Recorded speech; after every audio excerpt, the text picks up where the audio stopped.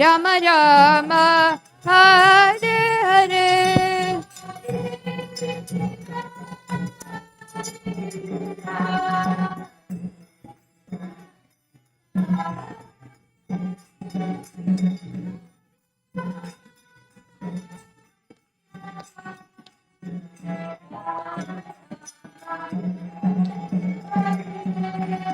Hare Krishna,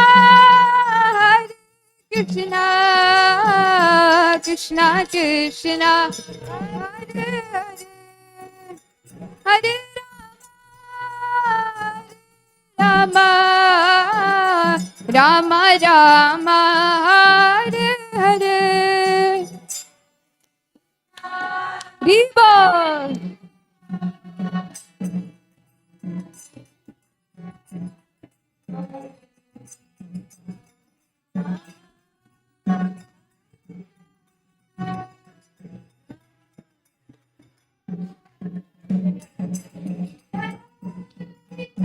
Giridhari, Gandharvika Giridhari, Jaya Gandharvika Giridhari, Gandharvika Giridhari, Gaurari.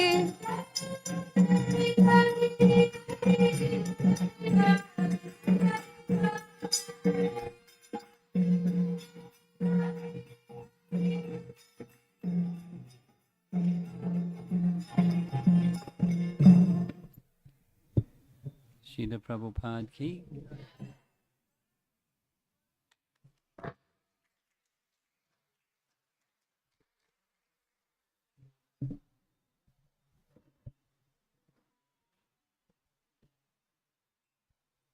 Nama Om Vishnupadaya Krishna Prestaya Bhutale Shrimate Bhakti Vedanta Swami Iti Namine Namaste Saraswate Devi Charine Nirvisteta Sanghavadi Paschachade Satarine Jaya Sri Krishna Chaitanya Prabhu Nityananda Advaita Shiva Saundarya. Hare Krishna, Krishna Krishna, Hare Hare, Hare Rama, Rama Rama, Hare Hare. Whoever's in charge of the sound, there's a little ring back. Whoever can take care of the ring back, please do the needful.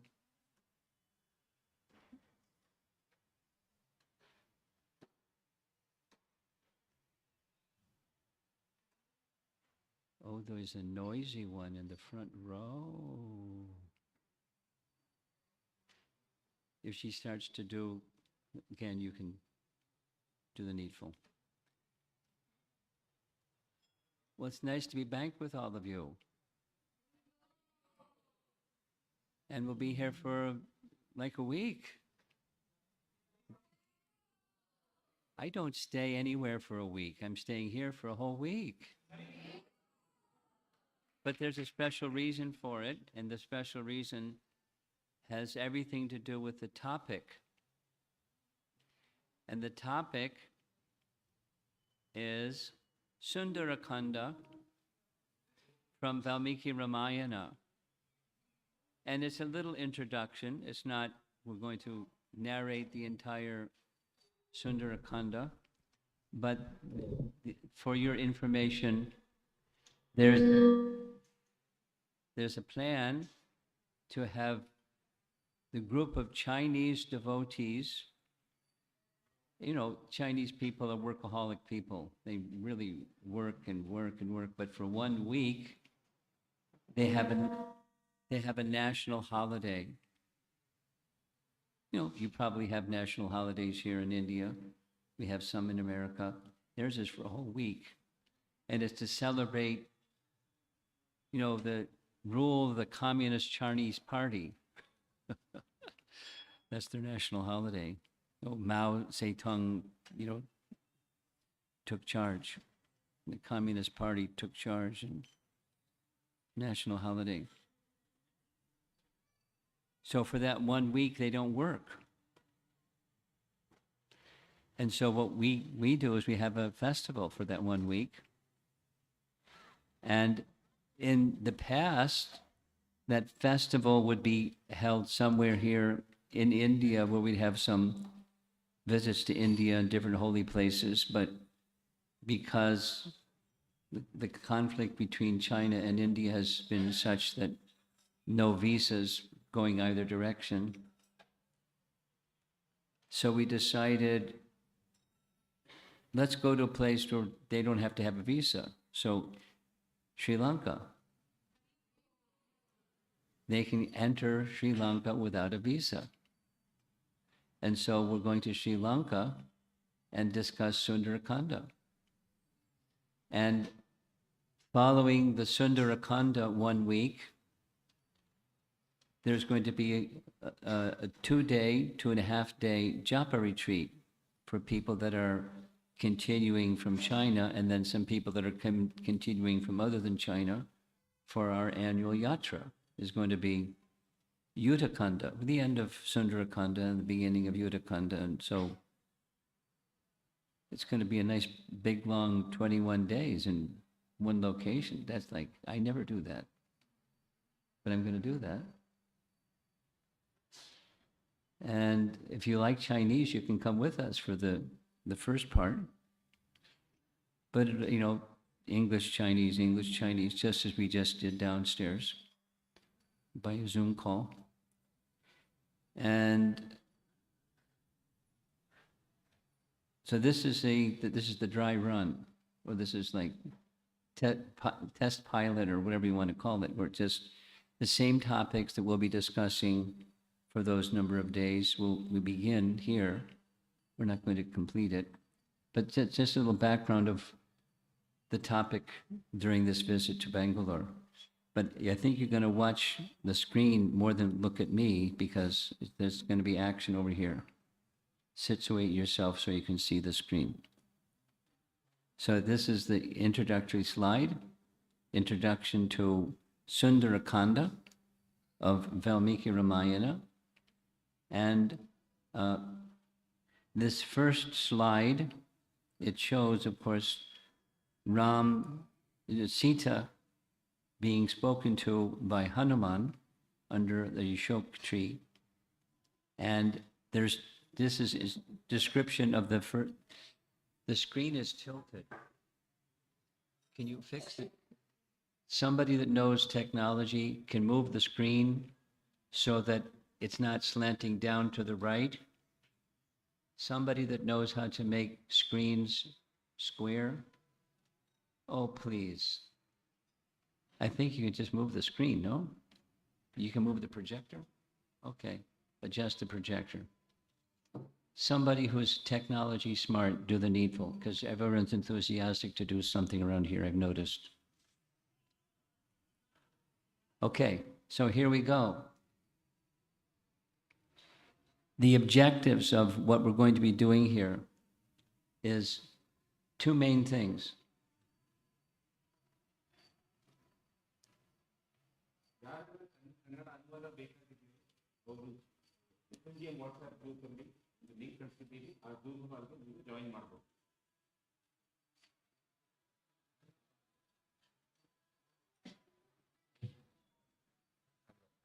Okay.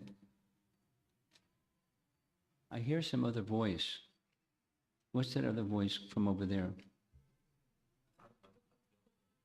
Oh, it's the other temple. Okay. Okay.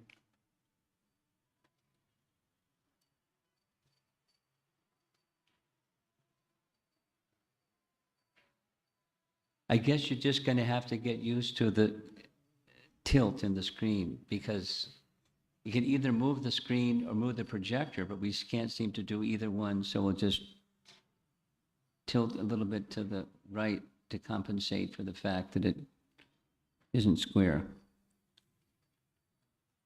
Okay. There's some objective here. The objective in making this presentation in Sundarakanda has two main parts. Some appreciation and attraction for Ramayana. And of course, attraction for Ramayana means attraction for the author, Lord Ramachandra and Sita and Hanuman, and the author himself, Valmiki, and the various associates of the personality of Godhead found in Ramayana. And then there are these four divisions. You see 4 in number? Plot. There's a storyline of Ramayana. There's teachings of Dharma in Ramayana. There's teachings of Tattva or truths in Ramayana, and of course, the Hare Krishna devotees like the rasa part very much. Very much. Maybe too much. Maybe not too much. It's very nice. The rasa part of Ramayana is very sweet. It's different than the Bhagavatam, but it's very sweet. And there's also going to be an attempt this evening, and as we go along, to make a comparison between these 4 parts of Ramayana and that which the acharyas, own acharyas in the Gaudiya Sampradaya teach. So here a little bit more on the mood and the objectives. There's a comparison, a reasonable and palpable comparison between the obstacles that Srila Prabhupada endured, faced, and overcame, and what Hanuman, the obstacles in Sundarakanda as he's crossing over to capture, to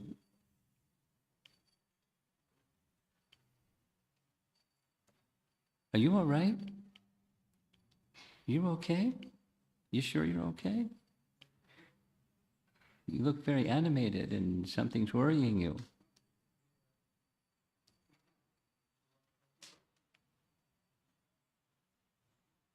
You need something that's not, a need that's not being met? You're okay. Be peaceful. Please be peaceful. Thank you. Ah, that was it. Ah, okay. Okay. Now I got it. Okay.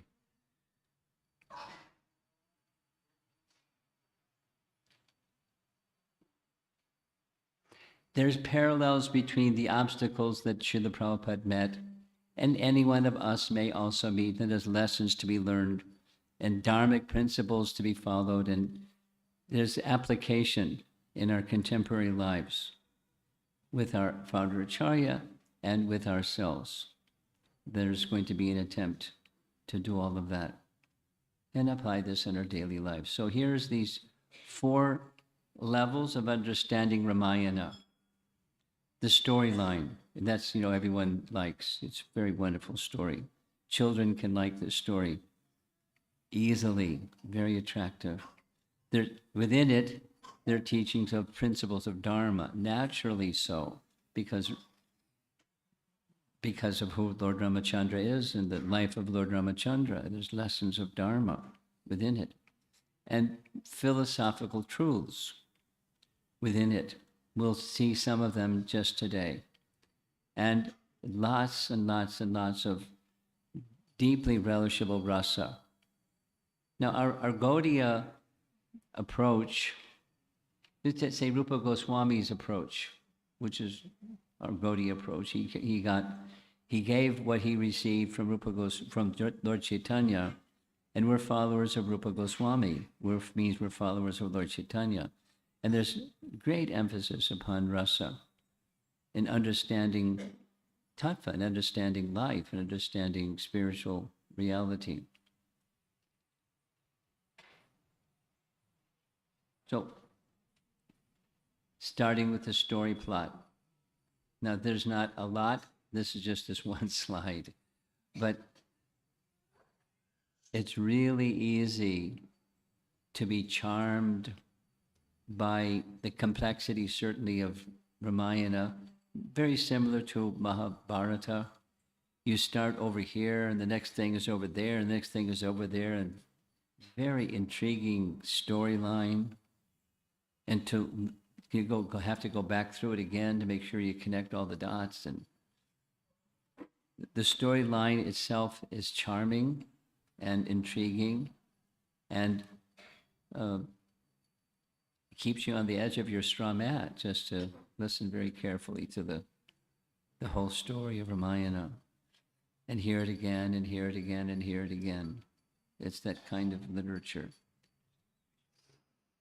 And there's principles of Dharma, of course, the principles of Dharma, how to live the life of a perfect, and you fill in the blank.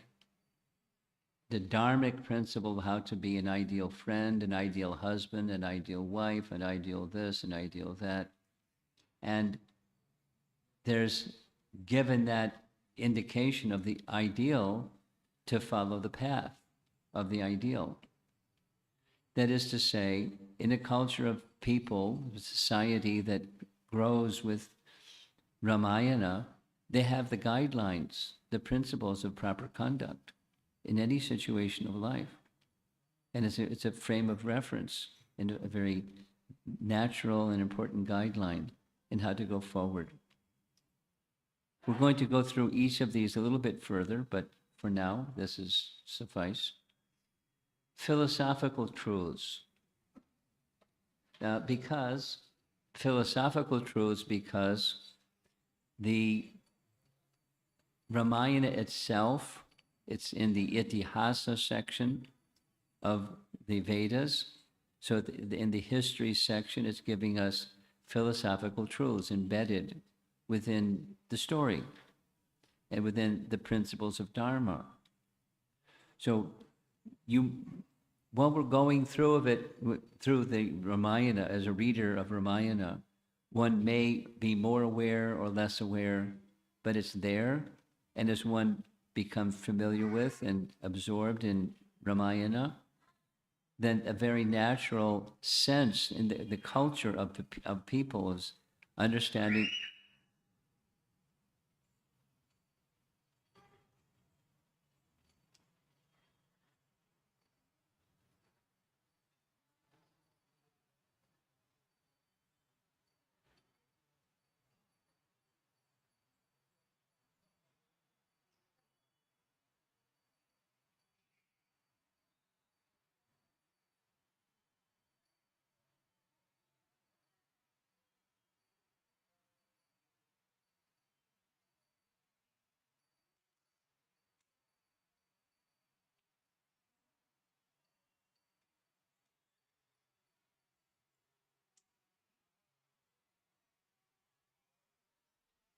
We'll try again. Understanding the truths of absolute reality that one should consider when living your life. The absolute truths are not always apparent.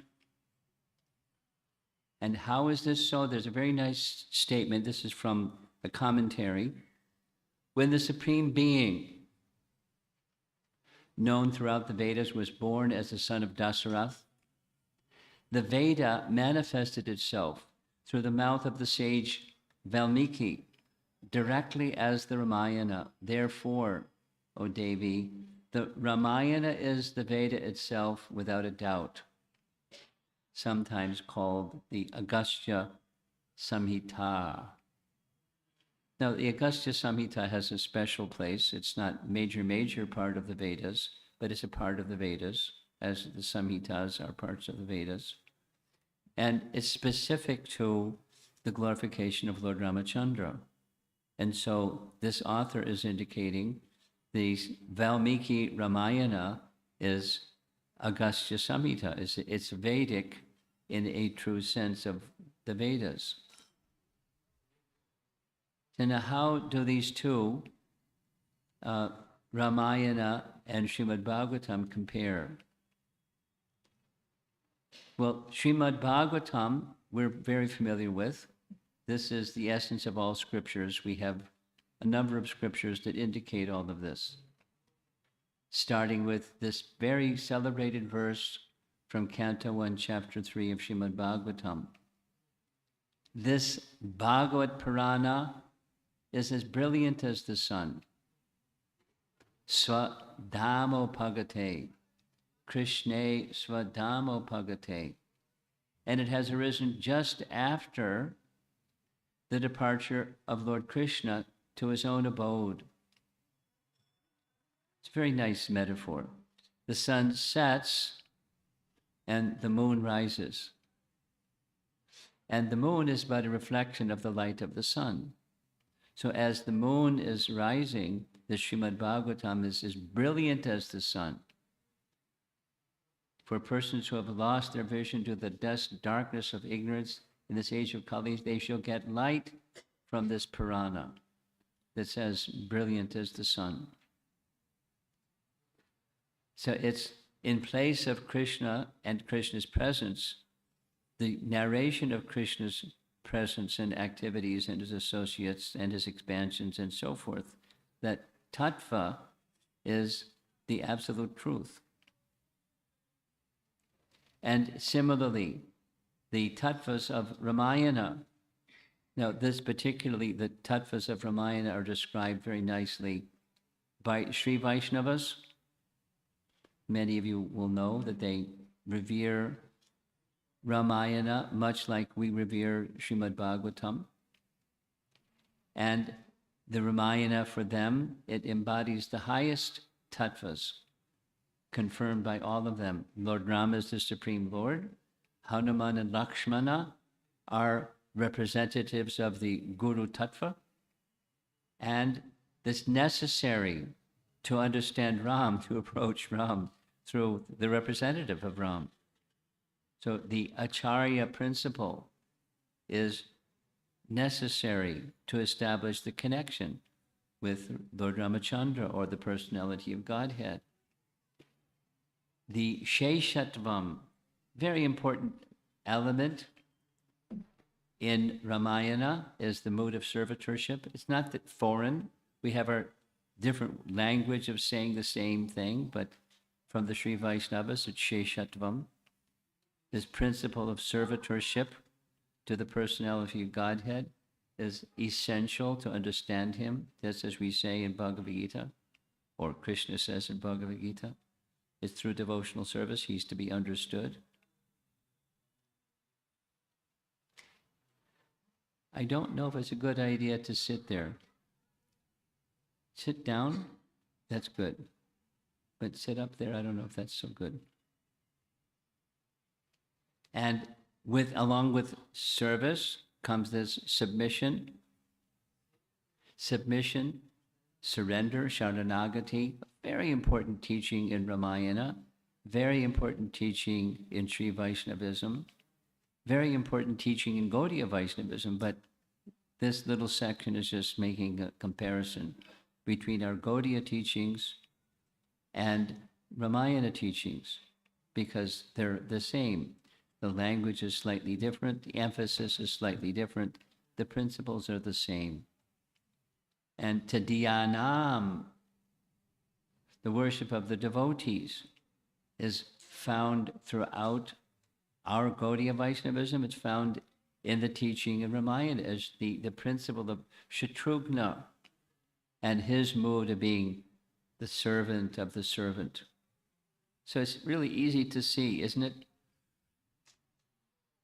Little effort, but really easy to see the parallel between the glorious Srimad Bhagavatam, which we hold with greatest esteem, and the topic of Ramayana. Should be really easy to see. And then the nature of rasa. Now, here's a nice teaching that I learned recently from Vishwanath Chakravarti Thakur. I'll say it. Vishwanath Chakravarti Thakur wrote a book that covers two teachings from Rupa Goswami's teachings. Rupa Goswami's teachings are known as Bhakti Rasamrita Sindhu. Bhakti Rasa Amrita Sindhu. And in Bhakti Rasa Amrita Sindhu, he lays out the relationship with Krishna through the medium of rasa, because bhakti has rasa. The medium of knowing Krishna is through bhakti, and bhakti has rasa. So he details and details and details and details, and then does the postgraduate study of Ujjvala Nilamani of details and details and details, because the essence of relationship with Krishna is rasa, bhakti rasa, and it's amrita, and it's sindhu, it's an whole ocean. In Vishwanath Chakravarti Thakur's writing, he has a Mangalacharna for this little book that describes the 9 stages of bhakti. And he has 2. One is glorifying Lord Chaitanya Mahaprabhu, who is the source of this topic, given to Rupa Goswami, and then Rupa Goswami. And what he writes about Rupa Goswami is so simple and so true and so sweet. He writes in his Mangalacharna to Madhurya Kandambini that many acharyas have given their exposition on the personality of Godhead, but one amongst them has explained him through the lens of rasa, and he has superlatively explained the personality of Godhead in terms of rasa. Taittiriya Upanishad, he supports it. He writes his Mangalacharna and then says, Rasa Vaisaha. The absolute truth is rasa. So, I'm amplifying that rasa is there in Ramayana, as it's there in the Bhagavatam, the epitome of the absolute truth, the Amala Pramana. So also Ramayana has its wonderful rasa in the form of Vipralamba, the mood of the highest ecstasy of Lord Ramachandra in feelings of separation from Sita, Sita in feelings of separation from Ramachandra. And it's rich and thick. The servitorship, we have our 9 examples of rasa, and Hanuman is the one who is the epitome of servitorship, and also that of Lakshmana and his mood of servitorship to Lord Ramachandra. It's so edifying, it's so uplifting, it's so purifying. And the mood of complete dependency. Bharat doesn't play such a super important role, but he's, of course, one of the 4 brothers, and he exhibits this mood of dependency, so much so that he's ready to give up his life if Ramchandra doesn't return in the prescribed number of days till he comes back. And he takes the shoes of Lord Ramachandra and places the shoes on the throne and lives in austerity. I mean, his dependency, complete dependency upon the personality of Godhead. And the mood of karuna rasa, resulting from this tragic lamentation that Dasrath had to endure because of Kaikeyi and Mantra's involvement with Kaikeyi. And his special mercy, his feature of compassion. I mean, in the storyline itself, but you go little deeper and little deeper and little deeper, and it's very profound narration of the removing of from the face of the earth of demoniac elements, which Krishna or his avatar forms of the Lord do when they appear in this world. But it's woven into the Ramayana narration is very profound understandings. We'll try to touch on some of them as we go through, because it's connected to Sundarakanda. The killing of Ravana happened in the total first 39 years of Lord Ramachandra's life. And he remained after 39 years for another 11,000 years. What does that say? There's something other than the killing of Ravana, which is the main part of Ramayana, with the final section of Ramayana that covers 11,000 years, some important teachings and examples, etc. During this time, within the kingdom of Ramachandra, really there was appointed times when they could have personal audience with the king. I mean, forget it these days. But that was just the policy. Anybody. And there were different examples of the anybodies that came forward. Here's a little chart showing the different kandas of Ramayana and what periods of time they covered. For the first 12 years of Ramachandra's life, Balakanda, 12 years. And look at the number of verses. Ayodhya Kanda. And Ayodhya Kanda was up until his exile. So total number of days, few days, total is the topic of a bulk of the Ayodhya Kanda. And Aranya Kanda, 13 years in the forest. Now that leaves there's one more year. And then one more year, he is searching for Sita particularly. For 10 months, he's in Kishkindakanda. And then comes the Sundarakanda. Look at the number of verses in Sundarakanda for 1.5 days. It gets a lot of attention, just 1.5 days. It's just a very important section. And then the battle, 1 month. Look at the number of verses. And then Uttarakanda, 11,000 years. So this Sundarakanda has major part of the sweetness of Ramayana, and at the same time, it's very short period of time.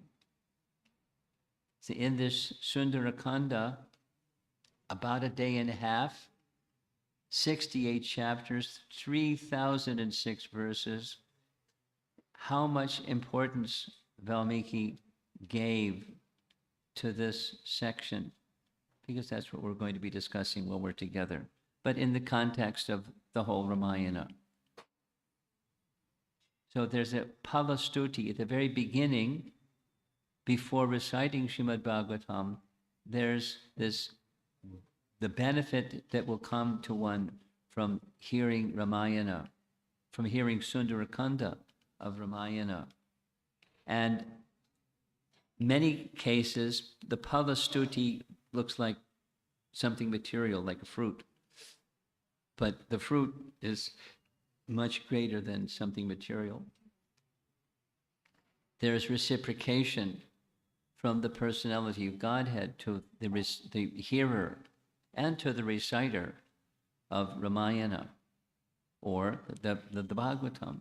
You know, the Sukadev Goswami and Maharaj Parikshit, or Sutta Goswami and the sages of Naimisharanya, or any audience thereafter.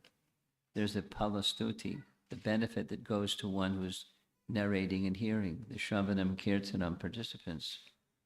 And both, being the reciter and the listener, are recommended for spiritual benefit. So what's that spiritual benefit?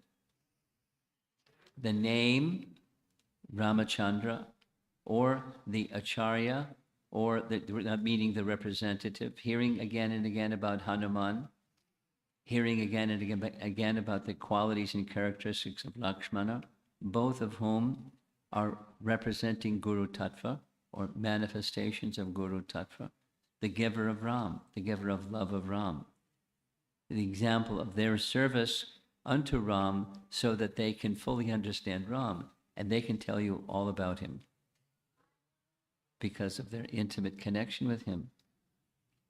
And just by hearing, one can experience the removal of obstacles This is one of the natures of the Shravanam Kirtanam Vishnu Smaranam process. The impurities of heart that we're all carrying within us, they're naturally, painlessly, gradually removed. It's like, it's a nice commercial. Stronger than dirt. Boom, boom, boom, boom. Anything impure can't stand with the Supreme Pure. And the message of the Bhagavatam, the message of Ramayana, is supremely pure. So just by hearing it, we're just assembled together hearing, and for a number of days we'll be hearing and hearing some of the details, of course not the whole thing, but some of the details of this wonderful narration. And just by participating, we're hearing our way back to Godhead. By taking prashadam, you can eat your way back to Godhead too, but it's the principle, and it's true. It's true. The ocean of material existence is crossed over by the process of hearing and chanting. It's a very interesting detail. In the beginning of Sundarakanda, here's this invocation. I pay obeisances to Sri Hanuman, the darling of Anjana, his mother's name, who put an end to the sorrow of Sita, who killed the demon son of Ravana named Aksha, and who was like a terror to the demons of Lanka. So that's the invocation to Sundarakanda. Very nice beginning. And the main storyline, everyone knows, he crossed the ocean to find Sita and reassure Sita that Ram is going to come and redeem her, and she should hang on, trust that that Ramachandra will come and take care of everything. There's deeper and deeper and deeper, and keep going, and more deep meanings to everything, but that's the basic storyline. Then comes a nice section. Remember, this is the main audience this was intended for was Chinese devotees. I'll tell you a little history, if you don't mind. There was a very celebrated personality in Chinese history who became a Buddhist. And he was confused because there are different schools of Buddhism, so he decided to go across the mainland by foot all the way to the place where the high seat of learning of Buddhism was still prevalent during his lifetime, some 1,000 some years ago. And he went and studied at the feet of the very, very, 3 times very elderly Acarya of Buddhism, and he studied at his feet, and then went back by the same route mainland to give the real Buddhism teachings from the real Buddha source, not just the twisted and modified over time and generations. So that history of his travel became a very important Chinese literature. And then 1,000 years later, a more modern fellow came along and took the same historical text and he modernized it, and then he added Hanuman to the whole story. Yeah. And so I don't speak Chinese, but those that speak Chinese have told me that it's one of 5 standard books in China is to read The Journey West. And they hear about the Monkey King in this standard book. Everybody in China knows about Hanuman. They don't know exactly that it's Hanuman, but it's Hanuman. And somehow this more modern contemporary author taught about the Monkey King, the Monkey King, the Monkey King. And all kids grow up learning about the Monkey King. So there's a natural fit for the people born in China to know something about Hanuman. But they don't really know who is Hanuman because the author, purposely or for whatever his reasons, didn't present the real Hanuman. But he had mystical powers and he could do mystical things. But he was a monkey. So it's charming. It makes it so little kids can learn. But, big kids can learn too from Hanuman because he's not just a mythical figure. He's the representative of the personality of Godhead, who's not a mythical figure either. So where'd the name Sundara come from? Here's some, we're going to spend a little bit of time on this topic. Sundara means beautiful, Sundara, Kanda, beautiful section of the Bhagavatam. So what's so beautiful about Sundarakanda? So here's 12 different meanings of this word Sundara. Hanuman's childhood name. Hanuman had a childhood. His mother, Anjana, would call him beautiful.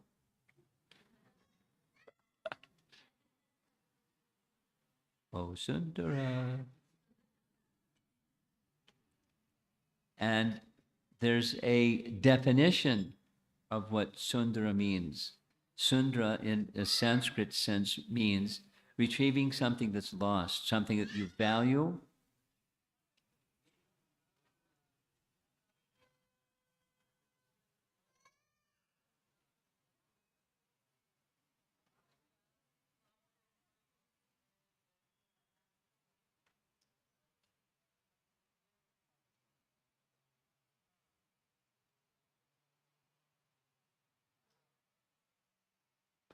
Something that you value and it's missing, and you search here and search there, and then you find it. There's something special, not about losing something, but finding something that's lost. You all know what I mean. If you ever, everyone's lost something. And you find that something, and Sundara. There's the Paramatma Saundarya. There's a whole long list. There's 12 lists. I'm not going to go through each of them. Now we're going to go through one by one. Here's the childhood name. There's a little folk story about the childhood name. So the folk story goes like this. When Valmiki was composing Ramayana and he got to this section, he wanted a nice name for it. So it was about Hanuman, but so he consulted Hanuman.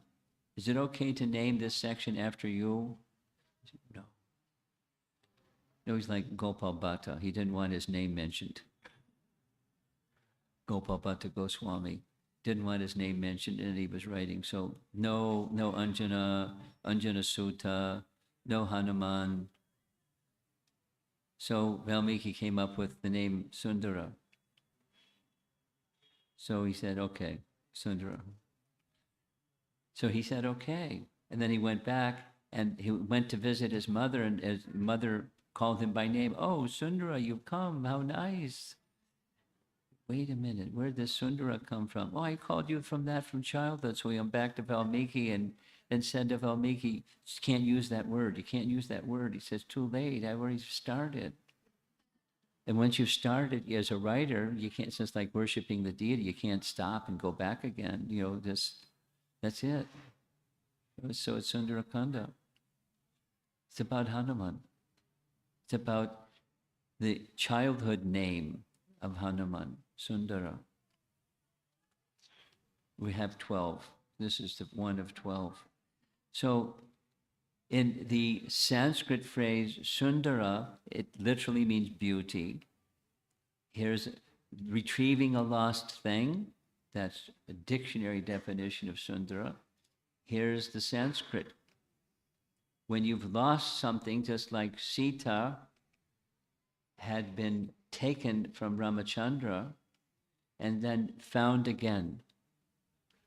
So Sampati had a very important role, but Hanuman had to verify, not only verify, but also reassure Sita.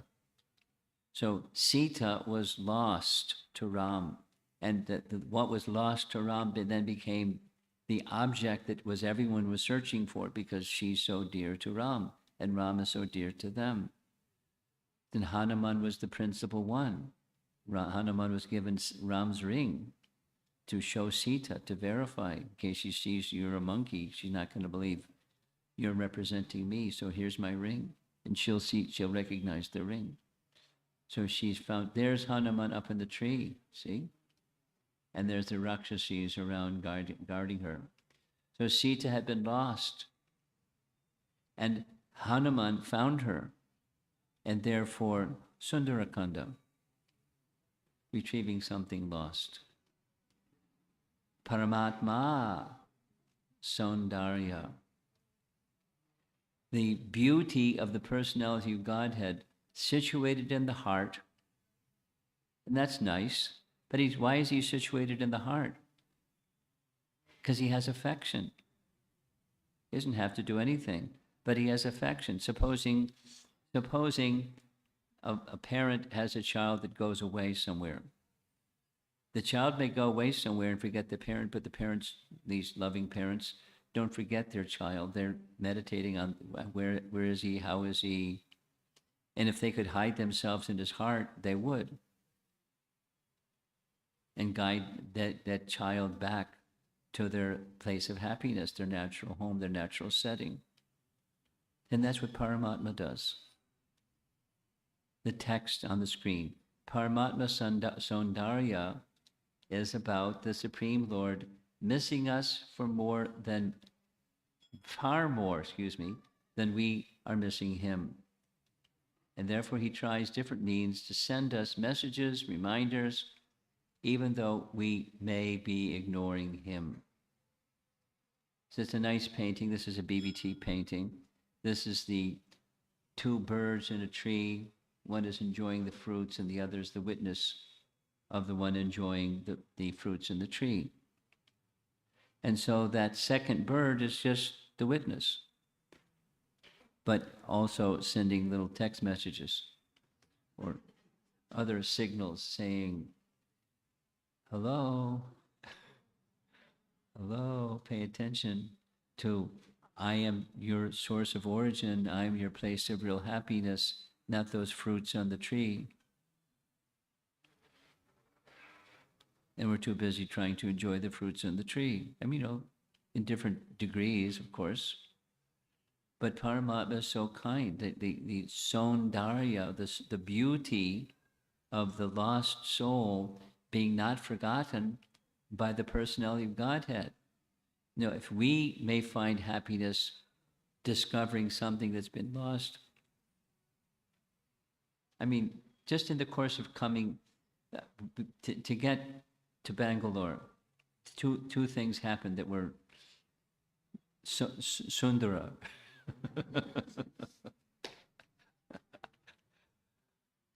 I travel maybe more than I should, but this time when I traveled, my suitcase got torn. And I keep these little covers, stained steel covers, that go over cups and things. So I keep a little supply and I travel. I put it in the upper zipper bag of the suitcase. And when I got my suitcase, I did get my suitcase. It took a long time, but I got my suitcase. But the whole zipper was ripped. And then, so I looked inside, and there's were those covers. I don't recall doing it, but I put them in another place that wasn't ripped. And then when I got here to Bangalore, I couldn't find them. And then we found them. They were in there. Then another thing happened. I was getting in line to get my luggage, and they have these carts, put your luggage on the luggage cart, and you push the cart, and you take your luggage to the car. So I put my phone down on one of those carts. It was to separate two carts that were stuck together. And I forgot my phone. Was because they were stuck together. I went to get another cart.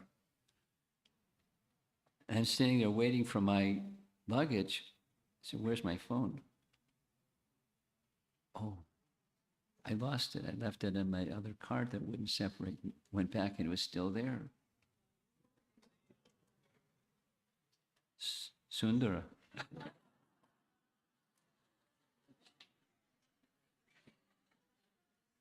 What to speak of Sita? Phones, you can get another phone, but you can't get another Sita. And, Hanuman is a brahmachari. But his love, eternal servitorship to Ram, is everything. His everything. And what's important to Ram is important to Hanuman because then Ram is important to Hanuman. And Sita is the most important. So there's layers and layers. But there's the rasa part of this Sundara name of Sundarakanda. Before it's going to take a lot. Can't tell so many stories. We won't finish. Button my up. So Sita is Shakti Tattva. We know this, but she's like the living entity that gets lost. But the living entity that gets lost, or the living entity, doesn't mix with matter, just like water and the lotus leaf don't mix. The lotus leaf, even it has water on it, the lotus leaf doesn't get wet. Jiva Saundarya, Sita, is taking the position of being in this world but not of the world. There she is in the midst of this terrible situation with Ravana and so forth and so on. And the Rakshasis that are told to taunt her and torment her and break her will and all kinds of nasty things. And in a garden that's full of opulence and splendor and nice fragrances and this and that, and she's not interested in anything but one thing. Lord Ramachandra. That there's a beauty in the association of the personality of Godhead that surpasses and repels anything else. We're protected to the degree we become Sita-like. We can be protected from any tribulation, anything other than who we really are, anything that's disturbing, difficult. Then there's the Hanuman feature, the Acarya Saundarya, that we'll hear. I think tomorrow we're going to hear how Hanuman is preparing himself for this big jump across to Lanka. And it's a big jump. I mean, who can jump that distance? But Hanuman can do it. And he prepares himself. He doesn't just jump. He prepares himself. So to the Acharya principle is first qualify oneself. And with the focus, the impetus for the focus was his dedication to Ram. He had the powers. He didn't have to do all this. He had the powers. He had mystical power. We'll hear tomorrow. Others made the same gesture of crossing the ocean without the examples we hear them tomorrow. But the way that Hanuman did this was with the transcendental purpose, fixing himself on the transcendental mission of his purpose, aside from his mystic powers. It's his bhakti shakti that carried him, not just his being the son of the wind god, Vayu. The transcendental mission was accomplished by his bhakti. That's the point. And the efforts of the Acharya to fulfill the will of the Supreme Personality of Godhead. Just like Srila Prabhupada met many obstacles when he was crossing the ocean and the preparation before he got here and the hardships of crossing. So before he came to cross that ocean, other people had come across the ocean, but they didn't accomplish what he accomplished. The beauty, the Saundarya or the Sundara part of the Acharya principle is how the chapter gets its name, or one of the factors. Now, here's a list of 7 beauties. I'm not going to go through all of them, but here's the translation. In this Sundarakanda, Sri Ram is beautiful, and so is the story. Sita is beautiful, and so is the Ashok garden where she was kept. The poem is beautiful, so is Hanuman. The self-realized monkey, the sacred verses too are beautiful. This is Sundarakanda. What is there in Sundarakanda that's not beautiful?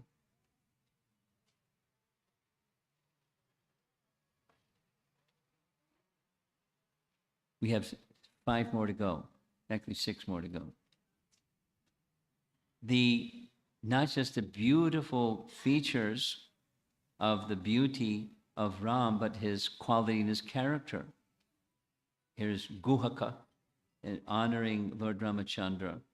But many, when Sita asked Hanuman, you're saying you're the representative of Ram, please delight me and please satisfy me by hearing your description of Lord Ramachandra. Now, she knows. She just wants to hear.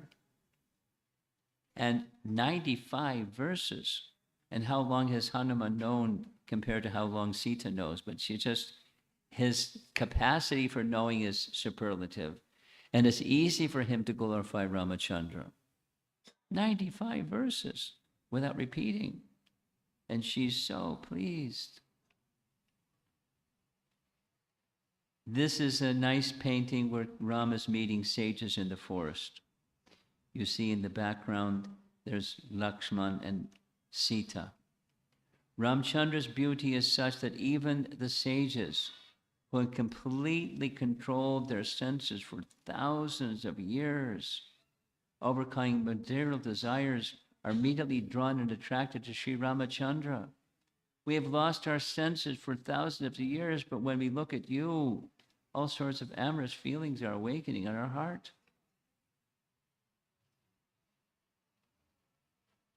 He's very attractive, the all-attractive Supreme Personality of Godhead. And the story itself is beautiful. Of course, the storyline, the history, the story itself, but the description, the language used by Ramayana, and volumes and volumes and volumes of commentaries, because it's Vedas, writing commentaries on Ramayana is very, very common. Sita herself hears from Manashiksha, very nice quote. In the spiritual realm, beauty is an indication of love. The more one has love for Krishna, the more beautiful one is. And of course, Sita had great love for Ramachandra. Radharani had great love, and therefore she was made more beautiful by her love, and Sita's love for Ram made her more beautiful. So what's so beautiful about a monkey?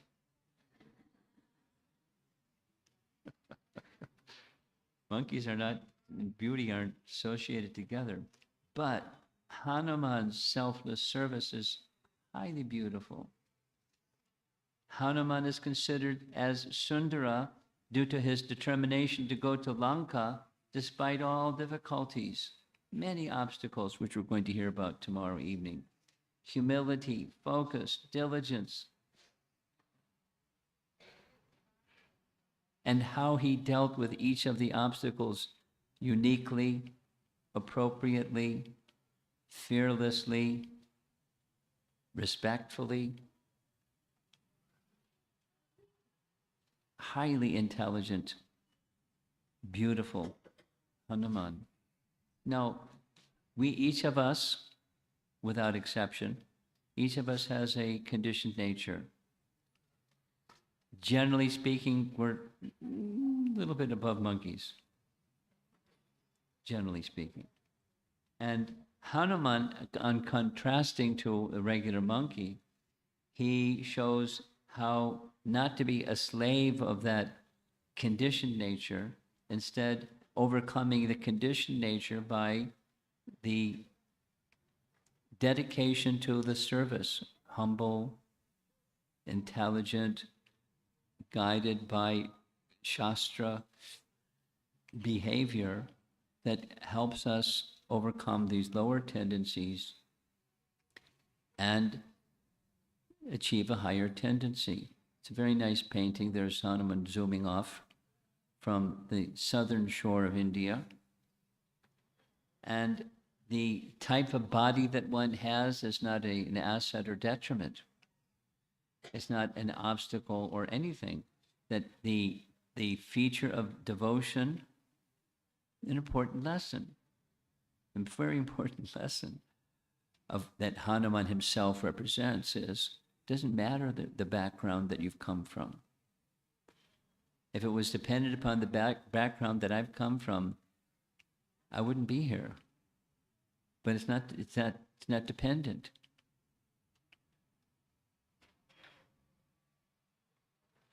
I was just reading this nice description of Udupi Krishna.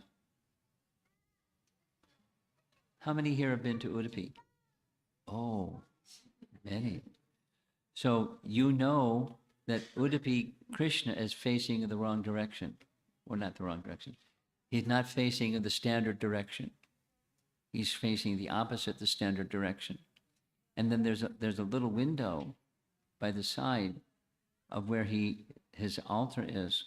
And the name of that window is overlooking the place where this servant of his wasn't allowed into the temple. His devotee wasn't allowed into the temple because of his birth. So he's looking in the direction of the window to show acceptance of this devotee. It's not dependent upon birth. No, there are places that it is Jagannath Puri. There are places by birth you can't enter the temple unless something.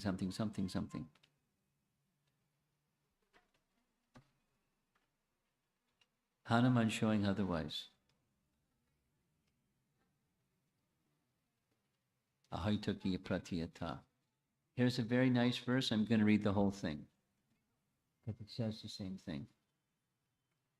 Sri Madhava, the lover of bhakti, is only pleased by pure, unalloyed devotion of surrendered souls, not by any good qualities devoid of bhakti. Some say he is pleased only with virtuous behavior. But what piety was there in the hunter, Dharma, who spent his whole life killing innocent animals? Others say that one must be mature to please the Lord, but Dhruva was only 5 years old. Some say that Bhagavan is most impressed with erudition, but was the elephant king Gajendra a great scholar? If Bhagavan is attracted by beauty, then how did Kubja charm him? If Bhagavan is happy with wealth, then what about the impoverished Sudama? If high birth is the only means to please Bhagavan, then what would have happened to Vidura? And if Prabhuji, if the Lord, is attained by strength, then how did the weak Ugrasena, incarcerated in Kamsa's prison, get his favor? Such is Madhava's affection for his devotees. So, in other words, a lesson in Ramayana is, what is it that attracts the attention of the personality of Godhead? And what's the motivation? What is to be gained by such a devotee? It's the warm embrace of the personality of Godhead. All of what Hanuman endured without any whining and complaining and, oh, this difficulty, that difficulty, by his prowess, he endured for this one beautiful painting that Hanuman. And how can the Lord reciprocate with the sacrifice of Hanuman, but his embrace? And those that have such persons in their lives, such acharyas like Hanuman, or those that sacrifice everything for the personality of Godhead, great benefit to such a person, having such a person in one's life.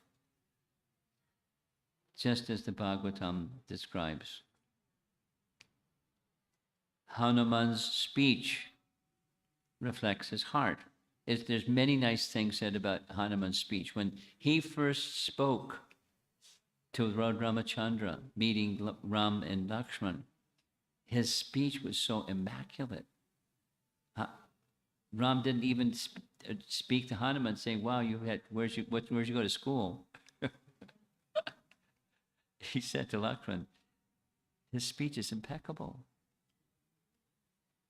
He wasn't speaking in a certain way in order to impress Ram. It's just his speech, his erudition was incomparable, but not his smart.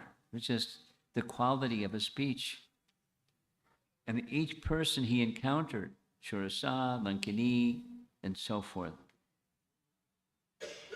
perfect behavior, perfect speech, customized for each of the circumstances. And that's one of the symptoms of the Acharya. One of the symptoms of Acharya. Here's Srila Prabhupada writing from Bhagavad Gita commentary. It is said that a fool is undiscovered as long as he does not speak. And certainly a well-dressed fool cannot be identified unless he speaks. But as soon as he speaks, he reveals himself at once. The immediate symptom of a Krishna-conscious man is that he speaks only of Krishna and of matters related with him. Only other symptoms then automatically follow. So it's 8 o'clock. What's our? A few more minutes. I only have 13 more slides. Because it's supposed to end at 6 o'clock, 8 o'clock, right? 8:15, okay. Well, we only have a few more beauties left. The composition itself is beautiful. The composition, here's the rasa part. It stirs various emotions, humor, fear, anxiety, anger, joy, just the nature of the katha. One can witness the transfer of Hanuman from being, from what he was when Jambavan reminded him of what his capabilities were, and the transformation of his body size and going on top of the hill and jumping, and the whole scene and all the things that he encountered, and meeting Sita and knowing exactly how to break her sorrow. I mean, the whole thing. He's so thoughtful and so expert. And then when she hears this voice, he's captured her attention. He jumps down in a small monkey size, cute. It's like everything's perfect. And their conversation and what she says, he shows her the ring. Her heart melts. I'll take you back. Jump on my shoulders. I can take you back. I can become big. No, Ram should come. Anyway, take this ring to him, this jewel. He'll recognize what it is. Anyway, the exchange is so perfect. And then, as if that wasn't enough, the rest of what he does to terrorize, come before Ravana, and tell Ravana, you're finished. Give you one last chance, Ravana. Surrender Sita. No way.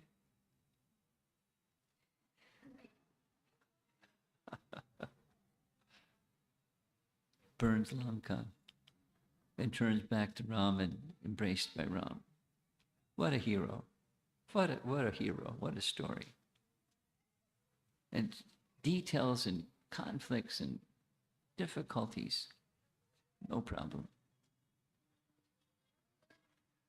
We never tire of hearing the transcendental pastimes of the personality of Godhead, who is glorified by hymns and prayers.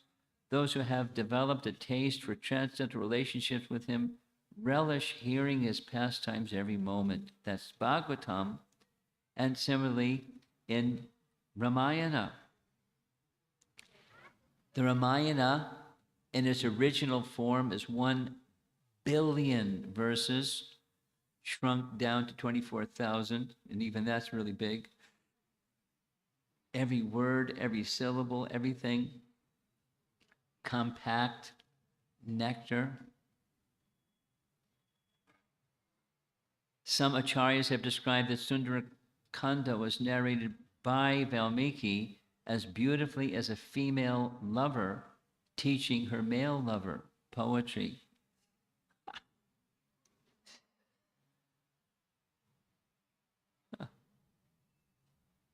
Even when Sita was chastised by Ravana, it was filled with compassion for him and not harshness.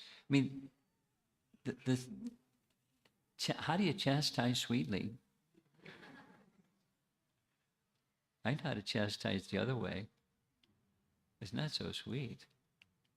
It may be the intention is nice, but even the chastisement is being sweet. But that's Ramayana. It's rasa-filled. Here's Srimad Bhagavatam teaching the same. That literature which is full of descriptions of the transcendental glories of the name, fame, forms, pastimes, etc. of the unlimited Supreme Lord is a different creation, full of transcendental words directed toward bringing about a revolution in the impious lives of the world's misdirected civilization. Such a transcendental literatures, even though perfectly composed, are heard, sung, and accepted by purified men who are thoroughly honest. Same, all these nice things that are being said about the Bhagavatam are also true about Ramayana. Now, here's a detail which I'm just going to say quickly because of time, and I don't know if I even have time to say it quickly. Hari Sori had the great fortune of being Prabhupada's servant for a number of years. And from his personal example, he had the experience of watching Srila Prabhupada. Of course, he was sleeping during much of the night, but Prabhupada was awake in the night doing his translation work. You know his schedule. He would sleep an hour and a half to 2 hours and then wake up and do his translating when we're zonked out. And he just did that, consistently, even when traveling. I can't do that. Sorry. Not my capacity. But he did that. And sometimes Harisori would describe, he would not do volumes of translating because he was looking for the right word. So there's this little history of his looking for the right word. He was looking for a word before breakfast because he would translate up until the morning hours. And Prabhupada came across a particular word, and he was looking for the particular word. And see if I can find it. Yeah. Pandemonium. Prabhupada, English wasn't his main language, but he was looking for the particular word. So that's it. Then they looked it up in the dictionary, and the dictionary was perfect, appropriate word to summarize. Increasingly chaotic and maddening situation. The world has become like that. I mean, I don't often read the news, but when I look at the news, it's pandemonium. And it doesn't get any lighter. It gets wilder and wilder and wilder. This is how people live. And that's it. What do you do with this pandemonium? Where do you find shelter? And therefore the Ramayana is providing sanity within the shelter. Here's the last. Sundarakanda, many verses that act as potent mantras. Reciting these verses, you get strength by this knowledge of the Ramayana and becoming absorbed in the meaning of Ramayana. Are there some devotees here very, very keenly into Ramayana? Not too many. Mostly Bhagavatam, right? There's one, I know. Okay. Well, by the time I'm gone, you're going to probably want to read Ramayana again, if you haven't already. So, Ram's been banished because of Kaikeyi and Mantra. And Ram wanted to go alone, but both Sita and Lakshman insisted to going with him. She said, there's prickers, there's thorns and spiky pointed grass in the path, and I'll walk in front of you and make it soft. And as she walked before him to make it soft, something happened. This is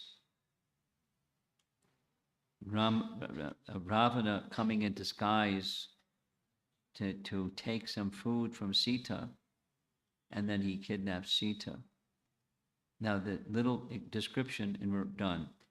She allowed herself to be kidnapped by Ravana to hasten the death of the demon and paving the way to positively influence the residents of Lanka. Now this is a take or a depiction of Sita's intention. I'll say it again. She had an intention. She's the assistant of Lord Ramachandra. And one of the purposes of the personality of Godhead, Narayana, for coming into this world, is to annihilate the miscreants. It's in Bhagavad Gita, so it's also in Ramayana, and she wants to hasten it. So to hasten it, she gets abducted so Ram can come to Lanka, finish Ravana, and uplift, either annihilate or uplift the residents of Lanka, those jivas that have gone astray from the personality of Godhead.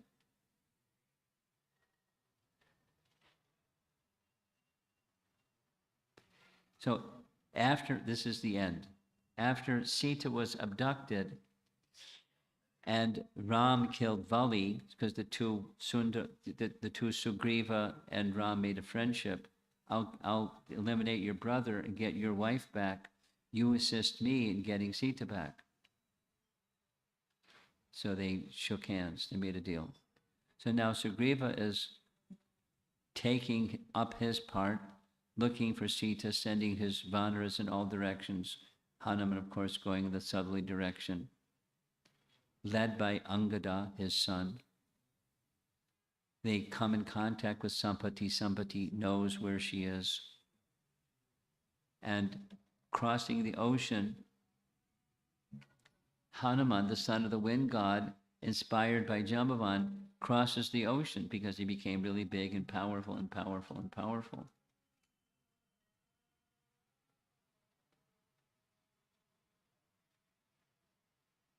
I'll just read. Hanuman is vigorously saying what's reminded by Jambavan. Vayu, the friend of Agni and mighty traveler of the skies who can shatter lofty mountain peaks, is the god of the wind, and I, Hanuman, am his son. There is no one who can span the sea or go round Mount Meru 1,000 times like me. Churning the seas with my bare hands, I can flood the earth. And leaping across 10,000 yojanas, I can make the earth quake. I can raise the sun starting from the east and touch without, I shall land in Lanka with the speed of lightning and see Sita I can even uproot the very city of Lanka. So give up your sorrow and be happy, O monkeys, when I fly in the sky like a great Mount Meru. You will see me as if I'm swallowing the sky because I'll be enveloping it with my strides. Only Garuda and Maruta have the ability to fly like me. No one other than the king of the vultures and the wind god have the speed to fly like me. He's fired up. He's very confident he'll be successful. And so the conclusion, Jambavan says, go Hanuman, go. Our lives are dependent upon you, Hanuman. So that's where we end for today. And tomorrow is the 95 verses of Hanuman getting ready to jump, and then his jump. And his obstacles as he's jumping. Now this is the bigger picture is this is the Acharya who's on a mission to fulfill the desire of the personality of Godhead, Lord Ramachandra, who is his Lord and Master completely, 100%. His Lord and Master. And he's preparing himself to do it in a very Sundara-like way, very beautiful, recovering something lost.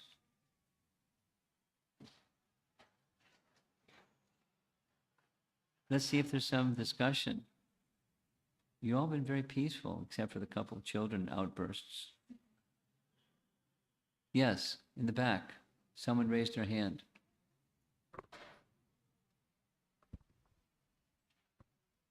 No, nobody raised their hand. Okay. Yes, I see your hand. This enthusiastic young man in the front row. With a hat on, no less. Hare Krishna, Maharaj. My name is Mohit. Please accept my humble obeisances. This is first time in my life I'm asking question to you directly. Really? Let it not be the last.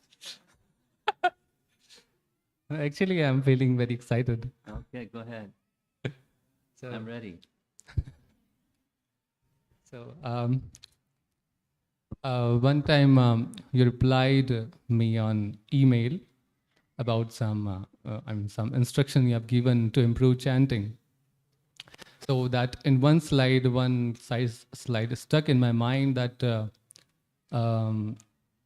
Lord is missing. Lord is missing us more than we are missing the Lord. Yeah. So in my life, actually, how to ask? I am not feeling like that Lord is missing me. So actually, why I am not feeling? Because during my chanting, especially in my chanting and other devotional services, I am feeling so much struggle. I'm not able to, I'm not able to concentrate on chanting, and I'm not able to concentrate on lectures and all these services and all these things. I'm not able to concentrate, and I'm feeling very depressed in all these things. So it's like, when I'll start chanting, so I'm thinking, it's really honestly, I'm thinking like that, oh my God, now 2.5 hours.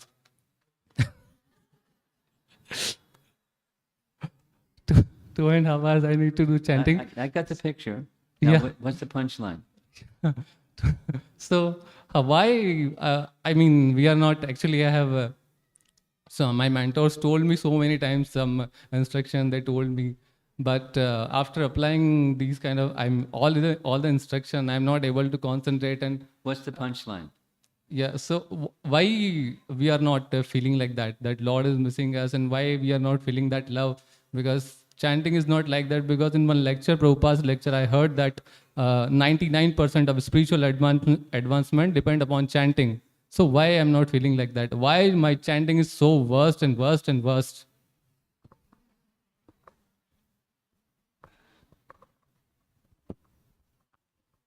Now, those you're answering like a few questions at one time, but that's okay.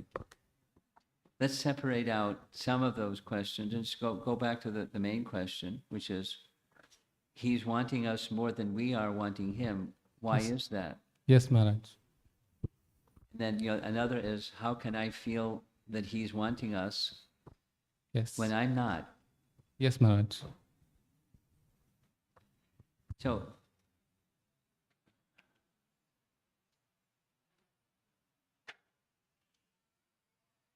what's the root cause of suffering?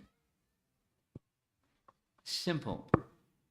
If you're a Buddhist, the root cause of suffering is desire. If you're a Vaishnava, the root cause of suffering is ignorance.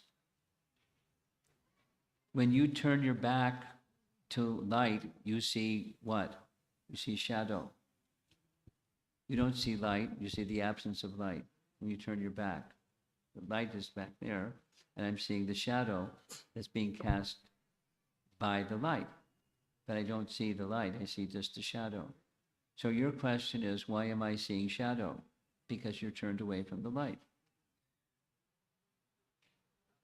You're doing that which is indicated by Scripture and by the followers of Scripture and etc., to turn to the light. But it takes a little bit more than just making a material sound or making a sound. Because the same sound can be, although the shadow of an object indicates the object, here's the light and here's the wall and there's a monster and then there's a bird and, the reflection isn't the bird or the monster. It's just a reflection. It may look like. So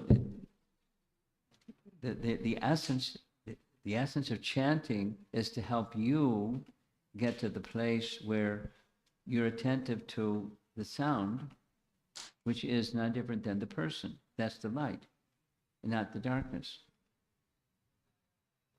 There's a teaching of Bhaktisiddhanta, because yesterday was Bhaktisiddhanta's appearance day. So even hearing the sound of the Mahamantra may seem to the person hearing or chanting as something material, because that's the ear with which they're hearing. It remains, the experience of hearing remains, at least to a degree, it remains as a material sound. So how does it, now back to your question, how does it become a spiritual sound instead of a material sound? How can I switch it around? And so it's the intention behind the chanting. It's not the mechanics of making a sound with your mouth. You can train a bird. Eyeball, eyeball, eyeball.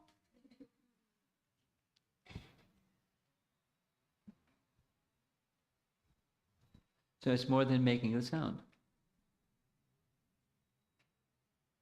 No, then how do you get the intention? The association with sadhus, which is why you're here. So then take that association. Then so that it's face the sun. Because the Acharya is the representative of the Acharya function is to give the sun, give Krishna, give that light of transcendence. The Bhagavat and the book and the person Bhagavat give the light of Bhagavan. So you're doing, you're doing some of the right things, but now it's a qualitative consideration. What's the intention behind your being here tonight? And I don't need an answer right now. You got the microphone, and there's other people in the room. So, but that's a question you need the answer to, and then you stay with it. The intention is something you have to abide by, and you get the intention. It becomes yours through the association of those who are doing the sadhus. The sadhu sangha, that quality, their quality becomes your quality. So enter into sadhu sangha, not just person in the crowd, but serving the devotees. Sheshatvam, serving the devotees and imbibing their quality by the mood of service that you have towards them. And then it's no longer just mechanical. Then it's a relationship. You take on qualities like those with whom you have relationships. And, be a little circumspect about the other association that you keep, that keeps you stuck. You know what I mean? You mentioned this point. Email also. Surprise. If you're hearing it again, what does that mean? Maybe better pay attention to this one. Okay. Anyone else in the room? We're a very peaceful audience tonight. We'll get rolling. You'll have some more questions. Over here.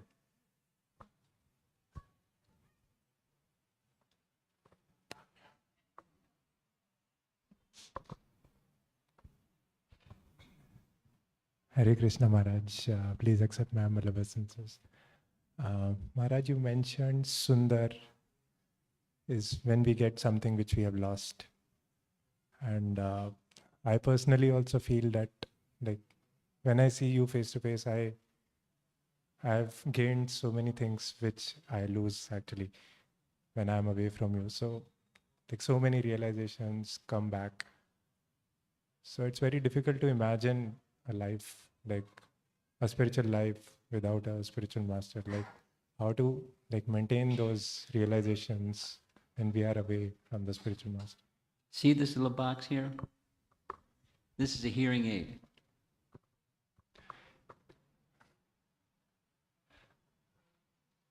Do I need to fill in the rest? Because I'm a senior citizen now. The bell rang. And I'm losing my hearing. But I heard his question very clearly. But I'm not hearing your question very clearly. So I'm thinking I better put these hearing aids in so I can hear your question. Or otherwise I'm going to have somebody in the front row. What did he say?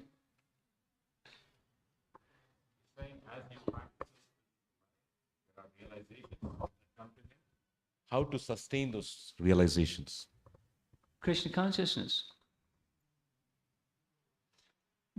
Chanchala.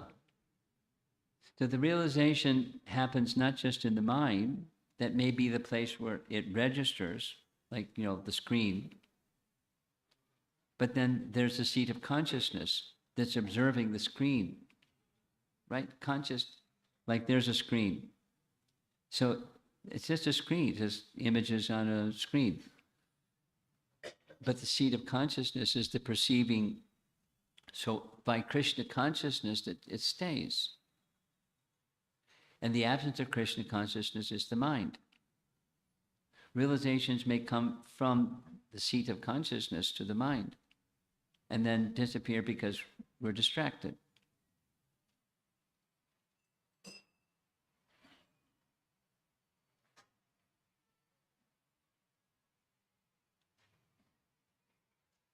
The tendency, Krishna, it's from Bhagavad Gita. Mataksmitir gyan apohanam cha. Sarvasya cha hamriti sanivishto. Mataksmitir gyanam apohanam. The seat of consciousness is the soul, and the super soul is side by side giving intelligence, remembrance, and forgetfulness. So you want to know, how do we get constant remembrance and not sometimes remembering, sometimes forgetting? Krishna consciousness. Because super soul can give that intelligence.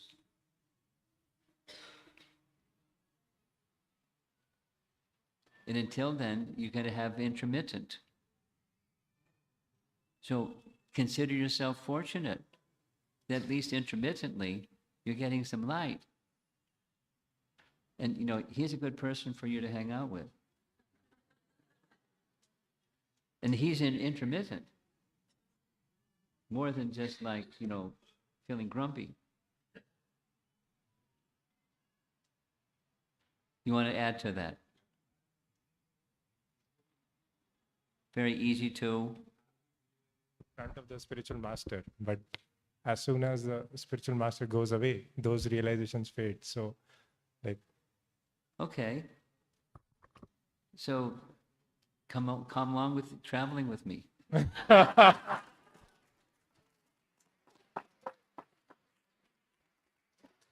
And And otherwise, then it's the relationship. Just like how many, Srila Prabhupada left this world in 1977, correct? And it's now no longer 1977. And has my Krishna consciousness evaporated? Why and how? You know, it's the same answer. You engage in hearing. You don't have to travel in a suitcase, but you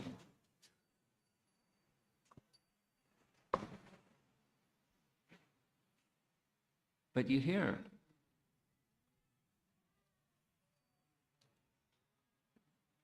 Every day without fail.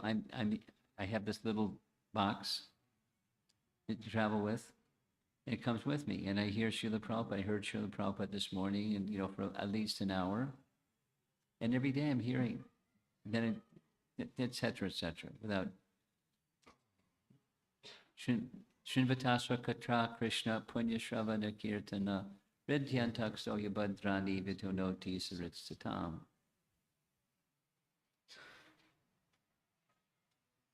That's how. He's waking in Krishna consciousness. Someone? Yes, back. We're going to end with this. It's 8:32. Hare Krishna Maharaj, thank you for elaborating the spirit of Sundarakanda. So my question is regarding my mind, Maharaj. Regarding my mind? My mind is also like monkey, and then from Bhagavad Gita we understand that this is because of rajas and tamoguna I have. So whenever I engage in some pure devotional service like Harinam Sankirtan or book distribution, and I find I'm happy at that time, and immediately after the service I find myself in more ignorance. I don't know why. I don't either. During the service, I'm happy, blissful, but What after, you're saying is something not so dissimilar from what he was saying, correct? maybe. He was saying in the association of spiritual master, you're saying in the association of direct devotional service, I feel enlivened and, etc. Feel Krishna conscious. And when the service ends,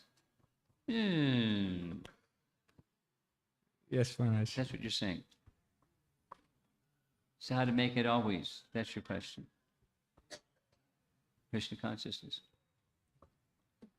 No, the circumstances don't create nor destroy Krishna consciousness. You know that in principle. Correct? Yes, Maharaj.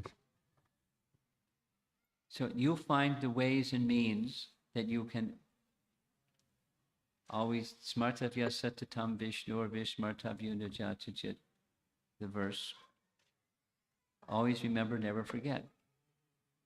That's the mind. You prefaced your question properly, but the mind is not the seat of consciousness. The mind is a reflection of.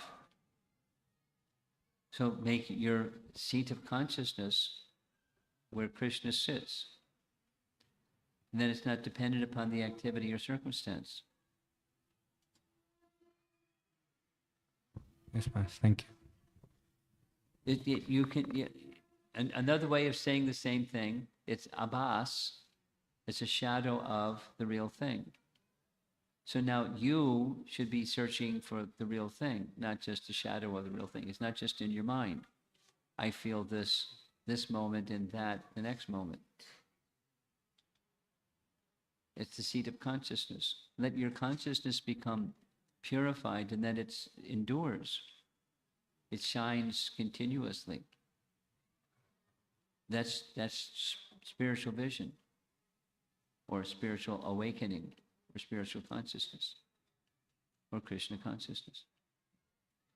Srila Prabhupada ki jai.